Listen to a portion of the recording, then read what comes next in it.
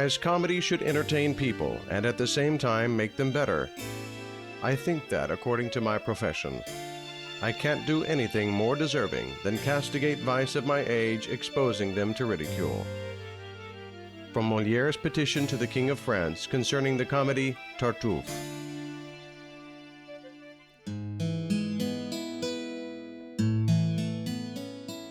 On the 15th of January, 1622, record was made in the register of the Church of St. Eustace in Paris, christening Jean-Baptiste Poquelin, who would later become famous as Molière. His father, Jean Poquelin, was an upholsterer who ran his business so well that he was able to buy the position of the royal upholsterer and valet. When Jean-Baptiste was 15, he was admitted to the Upholsterers' Corporation, though by that time he had studied at the College de Clermont for 2 years, which was obviously needless for a craftsman. He didn't become either an official or an upholsterer. Instead, he decided to start his acting career.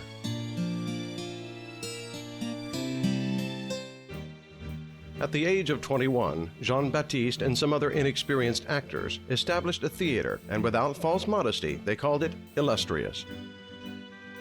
In the 17th century, the profession of an actor was considered to be base and mean, and that's why no one acted on stage using his own name. Jean-Baptiste Poquelin assumed the pseudonym of Molière. The illustrious theater existed 18 months, but it couldn't withstand the competition and suffered bankruptcy. Molière and his 7 friends made up their minds to try their luck in the provinces. 13 years of wandering was a severe school for them, but it helped Molière to discover his gift of a comic actor and a playwright. At first, he just altered Italian farces, adapting them for French audiences. Then shunned Italian patterns, beginning to add original elements more freely, and at last, he completely gave them up for the sake of his own works. Farces brought the company to fame as the best theater in the provinces. Having accumulated experience and money, Molière and his friends decided to return to Paris in 1658. Molière began by securing the patronage of the king's brother, Prince Armand Bourbon de Conti, and got the permission to show his performance to the king himself in the Louvre. The 20-year-old Louis XIV was delighted with Molière's farce and granted the theater the right to be called the Troupe de Monsieur, according to the unofficial title of Prince de Conti. After this, they became frequent guests in the royal castles, but didn't forget the Parisian public. The first plays written by Molière won the company the ardent love of metropolitan spectators.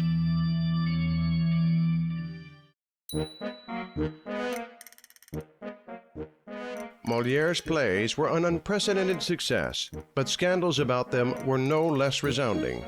Malevolent people stated that he relied on the spoiled taste of the public, who forgot how to value tragedy, that he stole plots, and moreover, that he didn't respect religion. But the main accusations referred to his private life.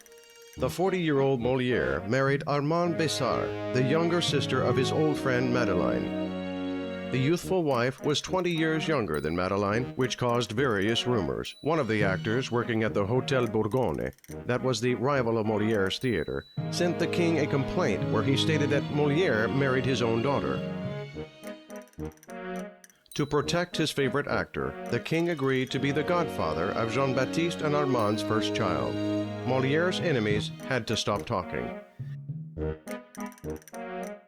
The beginning of Molière's maturity was marked with The School for Husbands, written in 1661.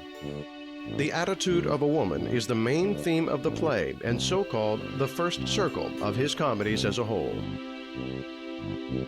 Molière's relations with authorities, clergy, and aristocracy got more complicated. The plays of the playwright grew sharper and more pitiless. They just didn't amuse any longer. They caused a terrible sort of laughter that was cruel and acrimonious. We can see this demonstrated particularly well in his comedies of The Third Circle. As a result, Tartuffe was banned for 5 years.